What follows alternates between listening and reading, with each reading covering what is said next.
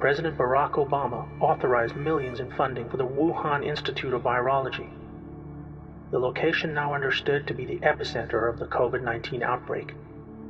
The research carried out here was to provide the agent for a global biological attack on a scale never before seen, one that would be timed for release within an election year,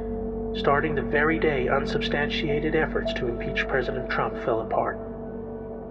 With their base of operations in the Democrat establishment, the Deep State Shadow Corporation embarked on a coordinated irregular warfare insurgency with multiple aims, all under the cover of a global pandemic they themselves manufactured for this purpose. Enabled by their owned and controlled corporate media monopoly, they instigated a heavy-handed and unjustifiable nationwide shutdown to reverse Trump's many economic and unemployment gains,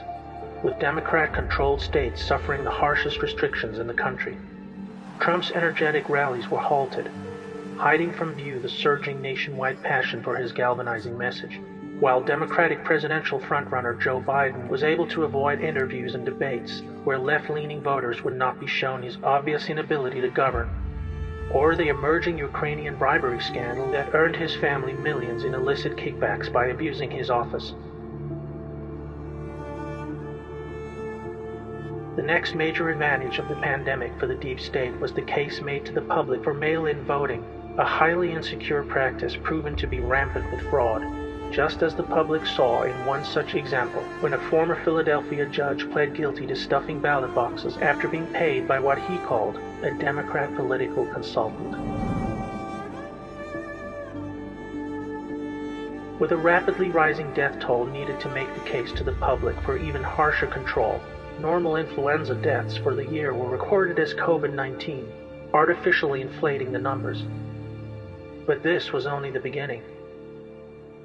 When this did not yield enough fatalities, the deep state initiated a murderous plan to defy federal guidelines and to move infected patients into nursing homes where the highest risk age group could be found in large numbers. The deep state governors of New York, New Jersey, California, Pennsylvania, and Michigan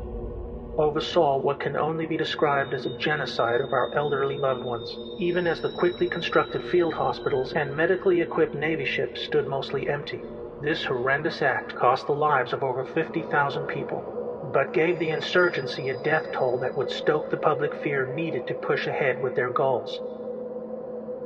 In these dark times, when people had little else but the comfort of community in their faith, this too was forcibly halted when simply going to church was banned across the country under the guise of public safety.